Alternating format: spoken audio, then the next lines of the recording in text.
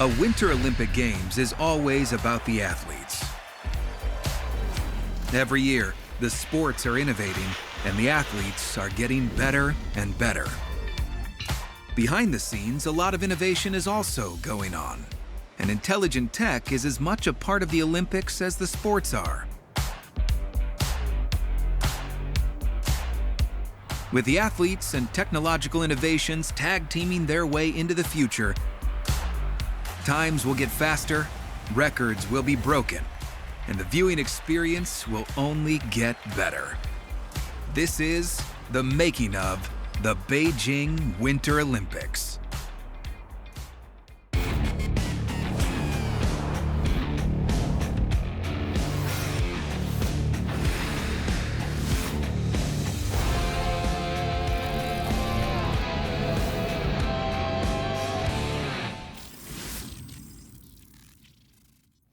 With athletes and crowds from all over the world arriving for the biggest all-round winter tournament of the year, there are a lot of expectations on all things white. Snow is, after all, one of the most critical elements in all these athletes' hopes and dreams. In ski racing, every single venue that you go to, and it can differ every year, the snow is different. There's the humidity, the wetness, the dryness, the shape of the crystal. How new is the snow? How old is the snow? Was it treated with water? Was it groomed? You probably have an unlimited, say 30 to 40 different kinds of snow surface that you have to know because that changes the kinds of skis and equipment and boots you use, and it changes the way you ski. Beijing is famous for harsh, cold winters. But when it comes to snowfall, it receives on average only 2 snowy days a month between November and February. For most of us, that would seem like a problem, especially when it comes to hosting a Winter Olympic Games. Not for China. Looking at the weather statistics for the Beijing area, the Yangqing, the new Alpine, it was shocking how little snow. I mean, we're talking 10, 15, 20 centimeters of snowfall the whole year. And we get 10, 15 meters of snowfall in Whistler per year, okay? So this is 2 orders of magnitude difference, but it's China and you make snow. And the good news is it's cold and it's dry. So it's very efficient to make snow. To make snow, you need 3 key ingredients: water, air, and temperature. Cold water is pumped into a machine where it gets hit with a blast of high pressurized air. This changes water flow into water droplets that then freeze inside the gun. The crystallized water is then thrust out of the nozzles of the snow gun into the icy cold air, where it turns into fine beads of snow. Precious Beijing snow. I gotta have it, you know I need it, you know I want it all the time. I gotta have it, you know I need it, you know I want it all the time. It's a desperate situation until I make you mine. There are at least 200 snow cannons working night and day across the mountainsides of Yanqing and Zhangjiakou. Every one of them has the full-time task of creating tons of artificial snow. When we're preparing the slopes for the World Cup or the Winter Olympics, we really have to be precise about where we make the snow, how much we make in different places, and of course we make different qualities depending on the type of course that we're preparing. For kids and parents, soft, fluffy snow is truly the perfect snow experience. For an international athletic competition, that's not the case. So it's better for public skiing to have nice snow, like a powder snow. And for the competition, it needs to be like a concrete. It needs to be very hard, very stiff, because there will be like on the start 100 skiers and every of the skier needs to have the same conditions. So that's why we are doing the harder snow with watering and everything that needs to be done, that every skier has the same conditions. Actually, fake snow is easier because it's predictable. As long as you have temperature and humidity to make it, it's much easier. You just make as much as you need, and it's much more durable than natural snow, so that's not a problem. With little natural snowfall, the mountains can remain brown deep into winter. So positioning the snow guns in exactly the right place is perhaps one of the most critical pieces of the entire snowmaking puzzle. 每一台机子摆放的位置都会不同的。如果你常年专业性的，跟你常年的经验来摆放，就是员工去开机的时候或者看造雪机的时候啊，就是它不会被自己的造出的雪没掉啊。如果你要是不会摆了，就按照没有经验的摆放，之后就是一台机子会把另一台机子没掉。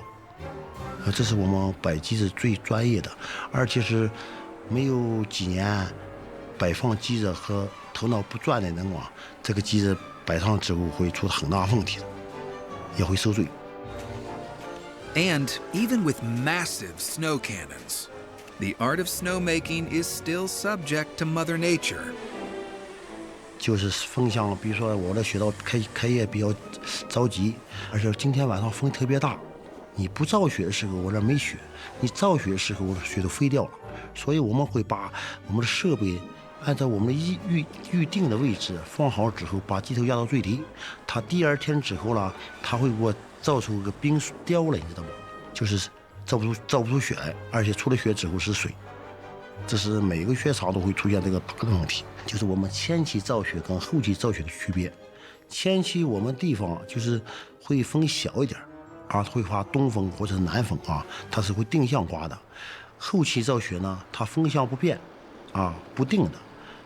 而且是时时刻刻看风速，看风向。Once you get to end of February, beginning of March, all the slopes are exposed to the sun, and if you have really soft snow, it melts faster, and if you have air pockets in the snow, that creates warmth as well, and it melts even faster. 我们造的雪必须叫它积堆啊，积起来之后，它那个雪不容易化。如果散开之后，或者被到土吹上之后，那个雪容易化。所以我们前期造雪，跟场地的要求就是把雪积成小山包。后期呢，我们会散开，它那个雪不容易化。积起包之后呢，我们有我们的专业设备啊，把它摊平我们想要的范围之内，然后经过雪力打压，才能出一个我们目前需要的雪道。Once all the pieces of the puzzle come together, the mountain zones of Yanqing and Zhangjiakou will come alive. And for the athletes, this freshly made artificial race powder will not only light up the hills, it will light up the competition too. So the athletes and the coaches and the teams, they're trying to get as much information about the snow. What is the snow like? Dry, wet? What is the wind like? What are the temperatures going to be? But they're never going to know until they get there. So when they get there 2 weeks before the race, it's going to be so important for these athletes to get on that snow. What does it feel like? Oh, it feels like Colorado snow a little bit, but throw in a little Eastern European snow, right? They got to find that mix and find that feel. If I showed up in a mountain and it was frozen ice, I was smiling. If it was soft and wet or mushy, all of a sudden I was like, oh my God, this is not my strength. How am I gonna tweak my technique to ski on this? So when they get over there in Beijing, half the athletes are gonna love the conditions because it suits them, and the other half are gonna be hating it.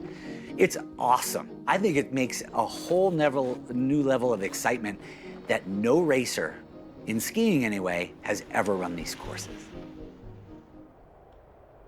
Half of the Olympics is set among snow. And then there is ice.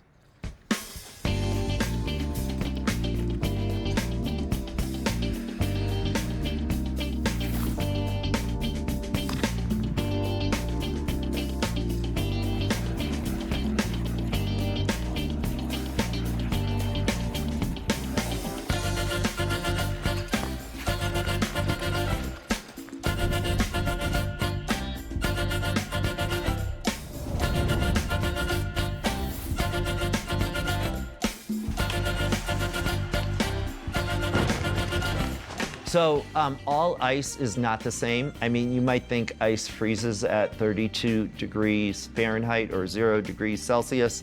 And you might go, okay, well, yes, ice. But in fact, the grooming of that ice for figure skaters compared to long track speed skaters or short track speed skaters or hockey players, right? It's all very nuanced. Beijing's Ice Innovation Challenge is twofold. Firstly, turning summer sporting venues into ice rinks. And secondly, to make the ice venues as sustainable as possible. In Hebei Province, about 300 kilometers north of Beijing, lies China's premier ice skating stadium. Built at high altitude to enhance the training power of China's most elite athletes, this rink was such a pioneer in innovation that the adorned ice ribbon and other venues in Beijing modeled their inner workings on it.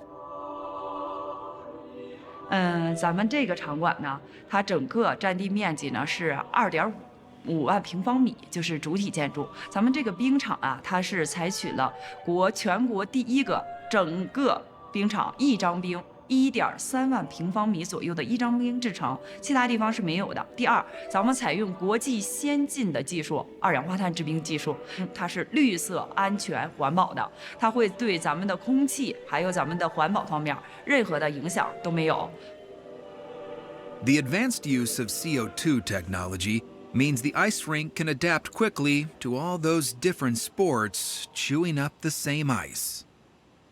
地表的底面就是土面，它考虑到它不粘合，所以咱们先浇的冰，浇冰了之后粘合之后沾了一层的胶，咱们在20层浇完了之后，我们再打上中国 logo。打完 logo 之后，我们再进行20多层的浇冰，大约浇了45层左右的冰，形成了现在您看见的集中供冷、分区温控。什么叫集中供冷呢？就是我们在总体的制冷机房里边有一个总的阀门开关，然后根据咱们国际标准对赛道的要求，冰面的厚度、软弱程度，还有冰面的冰温，我们做出了不同的温度，在每一个分离的区域，它有专门的阀门控制。就是说，咱们现在看到的这个是速度滑冰，速度滑冰它的温度基本上保持在零下6度左右啊。里边呢是1860平方米的短道速滑，短道速滑它的温度一般是零下5度左右。这边呢是花样滑冰，它是零下4度左右。它的冰面的厚度，咱们当时按照国际咱们制冰专家的要求，都是3.5厘米到4厘米之间，有的最厚的达到5厘米。所以啊，咱们在运动员训练之后，我们也要进行浇冰。因为在这个咱们的冰鞋，咱们知道它会产生一定的刮痕，还有一定的这个对冰面的破坏，所以我们要及时进行浇冰，保持咱们冰面一直在咱们现在看到的这种持续的光亮的这种健康的状态。这个咱们冰场啊，这个实行的这二氧化碳制冰技术特别好，它的均匀温度上下不超过0.5，所以一直可以保持在恒温的这种温控条件下。Perhaps one of Beijing's most talked about innovations comes from the transformation of the National Aquatic Center into an ice rink. Turning the much-loved water cube into the ice cube has been one of the Winter Olympics' greatest technological innovations. 刚开始来的时候，人家就是说的，哎，你们把这个泳池填上、浇上，然后再做上冰就行了。你常规看到的冰都是这样的，地下全是水泥，然后呢，在上面做3公分的冰就完事儿了。但是水立方呢，这冰呢做了8公分，是因为水立方它要把下面的基础拆掉，就要在下面做一个我们现在俗称鸡蛋壳的一种制冰结构。这个制冰结构呢，它自己本身占了就将近5厘米，然后在上面再加3厘米，所以我们的冰调温的时候速度呢就比其他地方慢。我跟制冰师交流过，他说你们这儿怎么那么慢？我说我们的冰8厘米厚，他们才3厘米。像我们的冰水转换结构，现在已经有经过科学技术指导，然后我们20天之内就可以转换完了，水冰转换就转换完了。对。The once famous swimming pool will now host the curling. And if there's one sport that has us bewildered from start to end, it is the curling.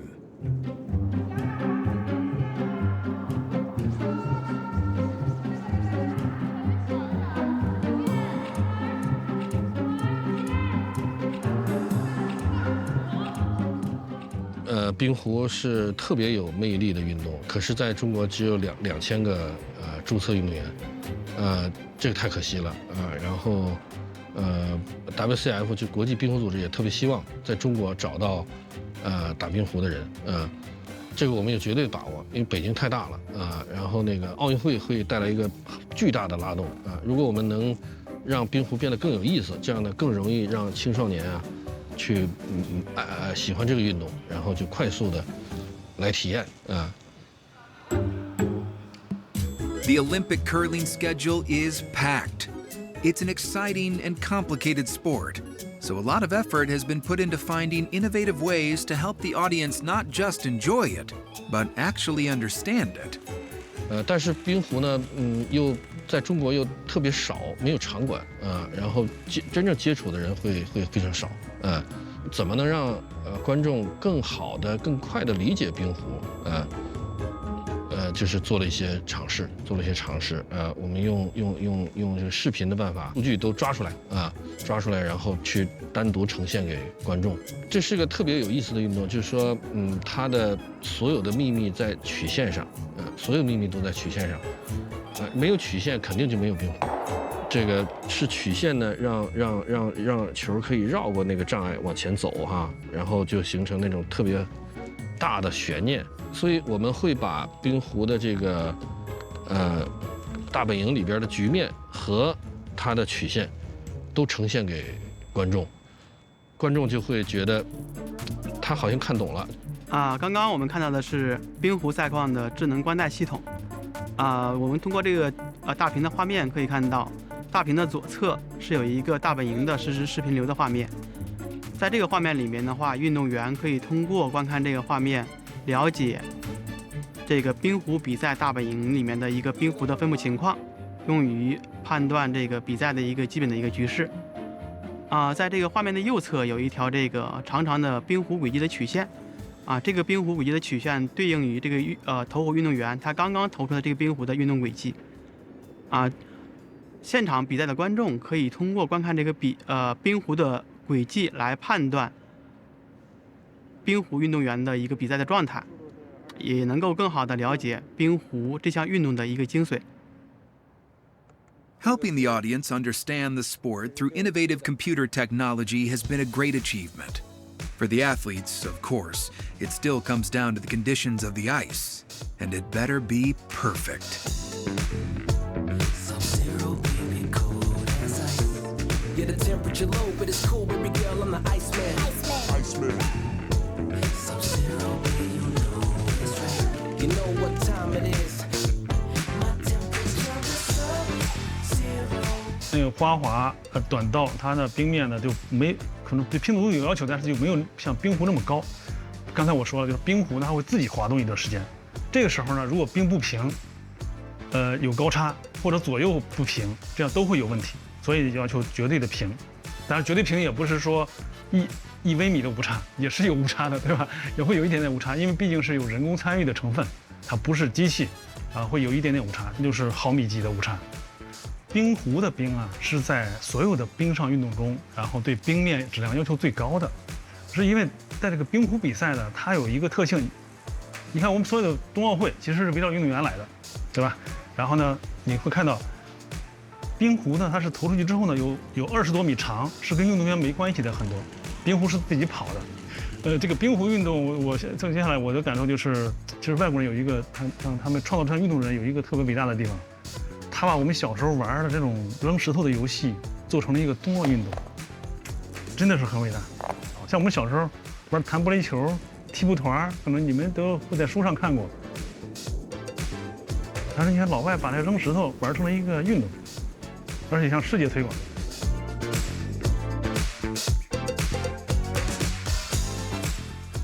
事实上我们刚刚结束了一场极其兴奋、极其有意思的比赛，我也跟他们好多人交朋友，频繁的在交流。冰壶运动员都是很 nice 的人，他们觉得这个整个是一个家庭感然后这就是你们的家你们可以非常非常放心、非常快乐。Another building in Beijing that has had to transform its surface for the Winter Olympics is the Ukasong Sports Center. Its basketball court is now an ice hockey stadium.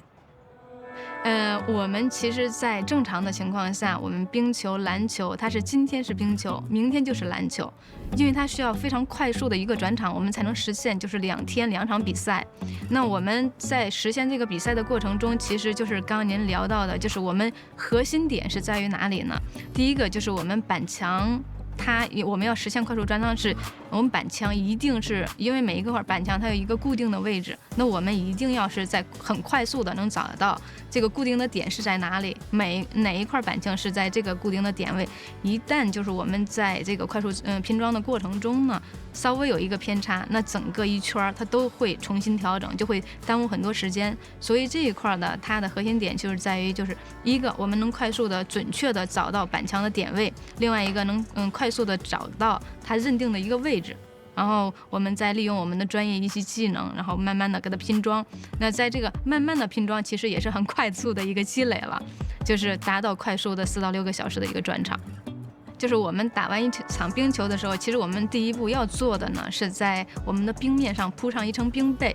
那这个冰被呢，它是能起到保温承重的一个作用。另外一个呢，就是在冰被上面，我们就要铺装我们的篮球地板。那篮球地板铺上之后，然后我们再铺我们周围的功能区域。其实那个简单的来说，就是说从篮球的一个冰球的一个功能区域转回篮球的一个功能区域，这样的一个转换过程叫做冰转篮。那相反之就是篮转冰。As with the ice cube, innovation is also being used at the Ukasong Sports Center to enhance the audience experience. 这个是由北京大学牵头研发的一个科技冬奥的一个专用项目，叫交互式多维度观赛体验。就是我们在11月份测试赛的时候，对这个项目进行了测试，在这个环形屏下面安装了60台相机，180度对这个赛事进行同步拍摄。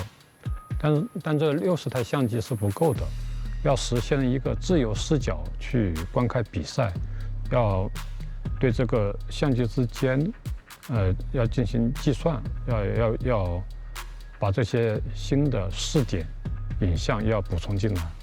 通过这个手机或者这个 VR 头盔，可以就是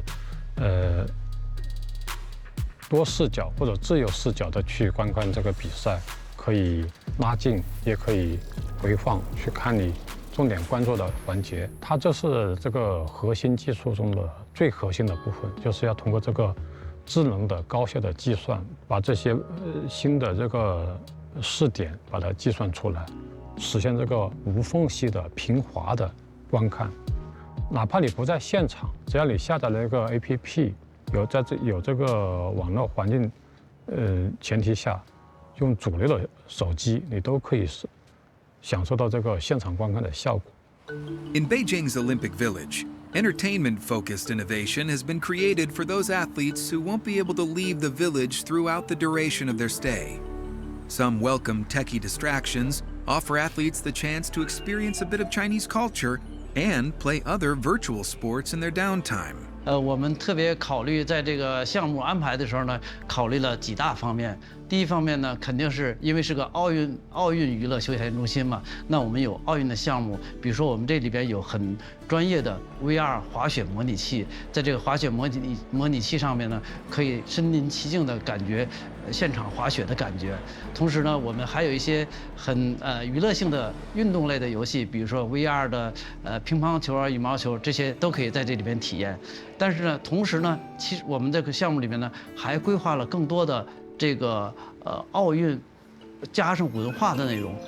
因为我们不仅仅是奥运内容，我们有奥运内容，有文化内容，比如说中国传统文化、中国现代的科技发展、现代文化，还有这个奥运的精神，这些内容我们都融入到我们这个各种不同的 VR 体验里边，让运动员呢有一个全方面的这个休闲的体验。At the Olympic Village in Yanqing, they've implemented a magic mirror that, although very functional, is also cool enough to be entertaining. 这就是我们健康智慧人居系统里的健康环境里的魔镜。这个魔镜呢，基本上它有这么一些功能，就是一个是可以介绍一些奥运的小知识，然后它是有中英文的，再有就是它会显示我们整个这个客房内的温湿度、空气质量，包括就一个助眠和唤醒，还有一个我们带有一个体脂秤，可以去检测这个运动员的一个身体的一个情况。明天9点30分至11点55分，在国家雪车雪橇中心举行钢架雪车男子第1轮、第2轮比赛。今天10点30分至12点45分，在现在这个助眠模式开启之后呢，这个窗帘会缓缓的关闭，然后我们的那个轻音乐会响起来，然后灯光会慢慢的变暗，直至最后关闭。In today's climate, every venue needs innovation to keep their hygiene standards impeccable. 就是我们旁边的这个小家伙很可爱，然后它的作用呢，主要是对我们一些密闭的小空间里面，然后又需要频繁消毒的这样一些区域呢，就由它来去做。它的消毒是可以通过提前的一个预设，告诉它设置它的一个地图、消毒的区域，还有流线，包括它消毒的时间，都可以由人工来操控，但是人是不用到现场去的。These disinfection robots feel like a new breed of cyber nurses. The inspector robots, on the other hand, play more of a sheriff's role. Please wear a medical mask. 请佩戴好口罩。Please wear a medical mask. 请佩戴好口罩。然后巡检机器人呢，它在它的巡视范围内，如果发现没戴口罩的人，它就会就是走到这个人的面前，然后停下来以后说：“您好，请佩戴口罩，直到您戴上口罩为止。”就是它在它的路径上，就是它会有一个那个摄像头，然后它的覆盖范围内，它如果发现到有人没戴口罩，它就会去提醒。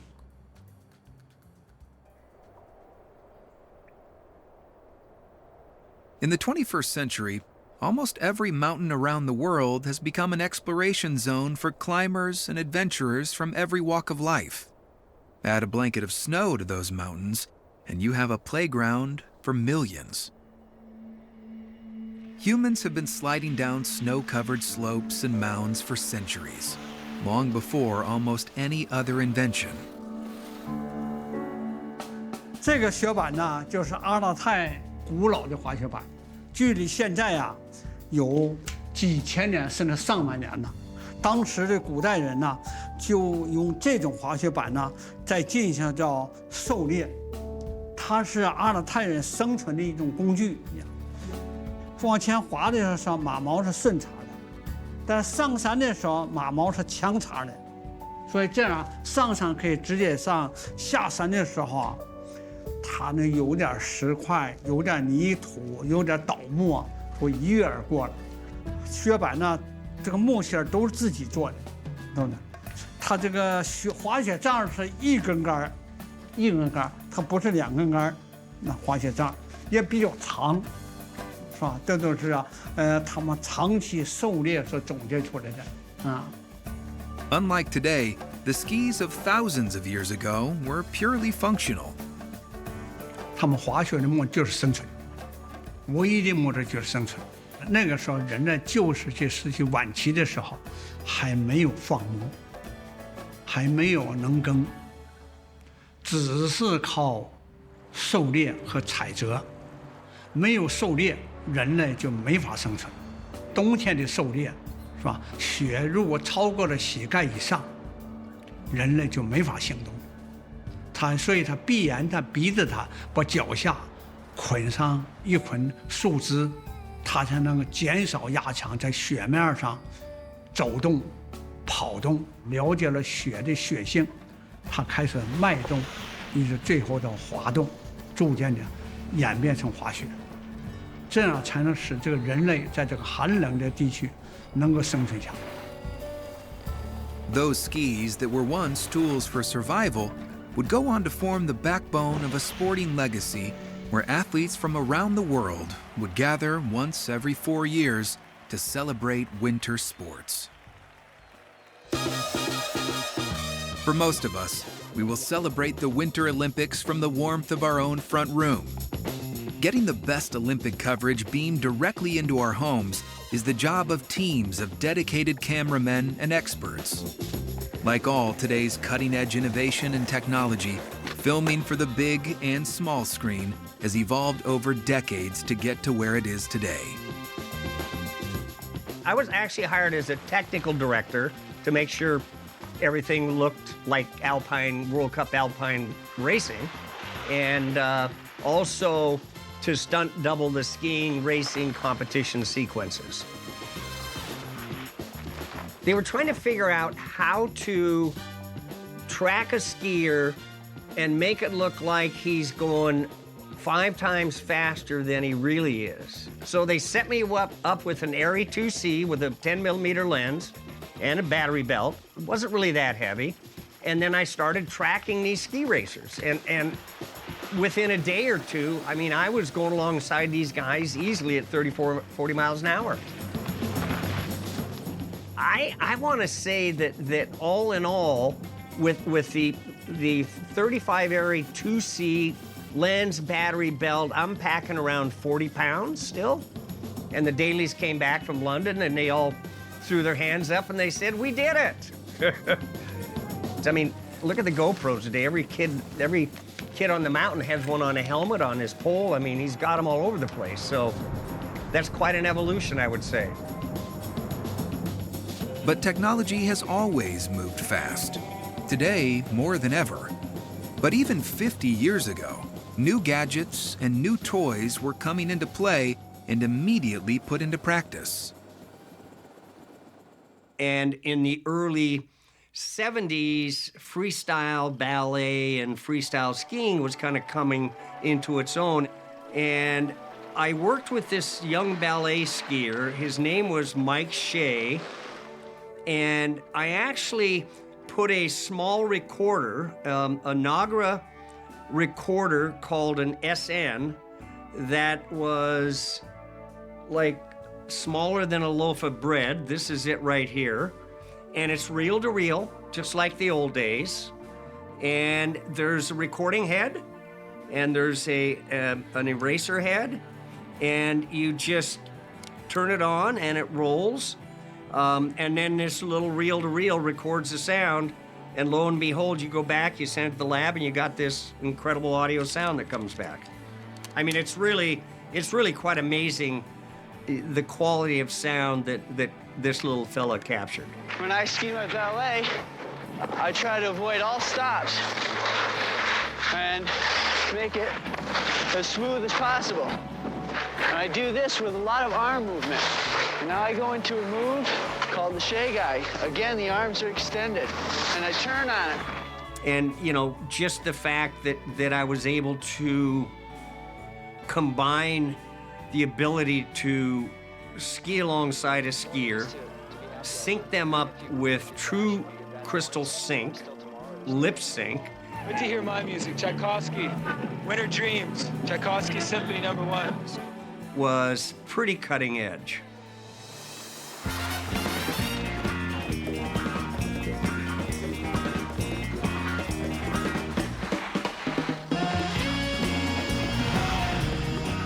But there was one winter when we did Anatomy of the Downhill, and the concept was to kind of break down downhill racing from the perspective of someone who's done it, someone who's doing it, and really bring it into the living room.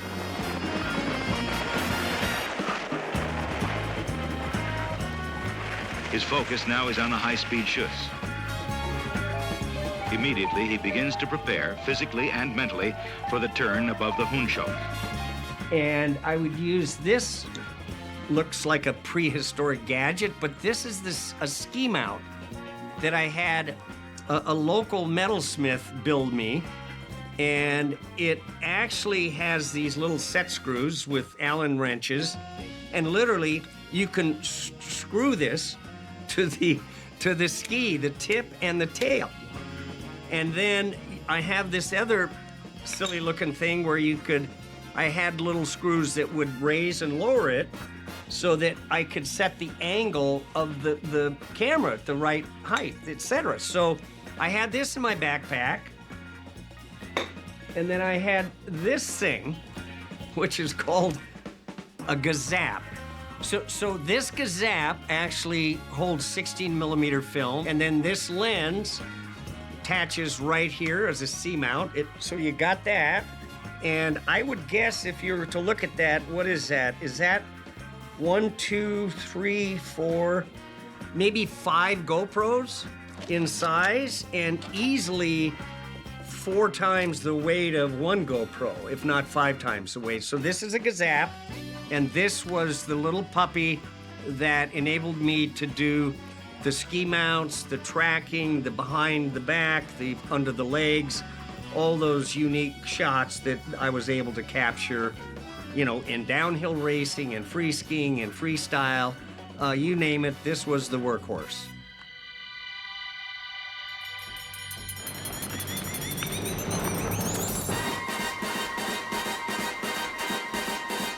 In the Time Master, you'll see several sequences where I put in play that ability for me to start, you know, 20, 30 meters up a steep slope. And in a chase sequence, there's 3 villains and the getaway guy. And actually, as they head down the mountain, I'm able to zoom and catch up and actually be alongside the chase itself. You know, think about it. There's no guy wires. There's no, you know, aerial cams. There's no NFL, you know, zoom cams. There's me with a 35 millimeter camera chasing 4 subjects down the hill going easily 40, 50 miles an hour. The great chase between man and technology is a lifelong affair. Humans will always push to go faster, higher, and further. And then technology will help them take it to a whole new level. Today's generation is most likely has grand visions, a scope, and I see it in my grandkids with, what is it, TikTok? I'm not sure what it's called, but I got 2 granddaughters, you know, one 11 and one 9 that come to visit, and they're dancing around the house with their iPhone on the wall or one propped up on a, you know, they're already getting multiple angles of the same little skit that they're putting together. And it just warms my heart to see that these people, these young minds, young adults, and the professionals in our industry are doing many of the same things that drove me during my 50-year career of filmmaking and loving what they're doing. When I ski raced, I skied on straight, long, terrible skis that had to do with finesse, technique, and a little strength. Then the shape skis came around and it changed the sport completely. Now it's about power. It's about strength. As an Olympic downhiller, you almost have to weigh 200 pounds and be 6 feet. It is such, the equipment allows you to ski tighter lines, faster, and so the forces on your body are 10 times what I did. These athletes are on the most incredible equipment that can carve into glare ice and help them ski down that mountain over 90, almost 100 miles an hour. And it's super fun to watch because they are skiing the same courses I ran 20 years later, 10 seconds faster. 10 seconds! It's amazing. So technology has changed skiing immensely. As the Winter Games gets underway, Beijing starts preparing for thousands of people to make their way up to the Zhangjiakou and Yanqing competition zones. Moving volumes of people means some slick systems are needed for this over 170-kilometer high-speed rail network. 京张高铁的开通，在世界上首次实现了高铁智能动车组的自动驾驶系统。京张高铁全线共设有12座车站，其中在正线有9座，在支线有3座。Taizuchun Station, near Zhangjiakou, wows with its technology. Tech that is designed with the customer in mind. 在我们的高铁站里啊，还有很多的智能设施，比如说现在旅客正在体验到的站内温度，就是由温度感知系统根据室内外的温度高低实现自动调节，这样就不用再由我们客运人员去手工调节温度。再比如我们现在出站口正在使用的无感出站，就是将客票系统中收集到的数据，这样就不用再由旅客刷身份证或者出示车票出站，为旅客的出行也是提高了一定的效率。在京张高铁线上的各站都可以实现雪具托运，为旅客的出行也提供了一定的便利。我们大家现在看到的房顶，它其实加了一个电半热的设计。加了电半热的设计，就保证了我们的雨棚呈现了一个恒温的状态。有了这个设计呢，我们的屋顶就不会形成积雪。即便晚上温度再低，它也不会结冰。这样旅客在乘车的时候就不会出现有冰柱降落然后伤到的危险。我们太子城站一共设计了72个半高式的安全门。这种安全门是我们太子城站独有的设计。它通过高铁自动驾驶系统实现了车厢门与屏蔽门的自动开启与关闭，这样在旅客上下车的时候就确保了旅客的乘降安全。Back in Beijing, Qinghe Station is readying itself for schools of people, not just for the Olympics, but for years to come. 指挥中心的核心是智能客站管控平台，它是京张高铁智慧车站的集中体现。我们可以通过旅服系统实时监控代管的昌平、八达岭长城、延庆站的列车运行的实时情况，也可以通过大站呼小站的功能实现与各站的联控。它集成了旅服、客管、客设等9大系统，实现了对车站各项业务的综合处理。它在各高铁站中处于一个领先的地位。开闭幕式期间呢，我们可能是需要运送太子城方向运动员大概1200名左右。赛事转运期间，每天我们可能要运送就是媒体记者，然后国家官员等，大概每天是几千人的样子。来源于国家对我们的支撑以后，我们能够大胆的去创新，能够做出不一样的工程来，而这些不一样的东西又是能够最大程度让人民更方便、人民更安全，创新支撑我们为人民服务这么一个理念，我觉得是我想给大家分享的最重要的一个东西。我们已准备好，站在时代转角，不为寒风再呼啸，渴望名列中骄傲，执着的人最可靠，每个明天自己去创造，有持久真燃烧，实现会因你骄傲。我们已准备好，朝着梦想走标，面对变幻就接招，面对激流和浪潮，向未来起跑，不在繁华的街道，就在银白的雪道，当世界对我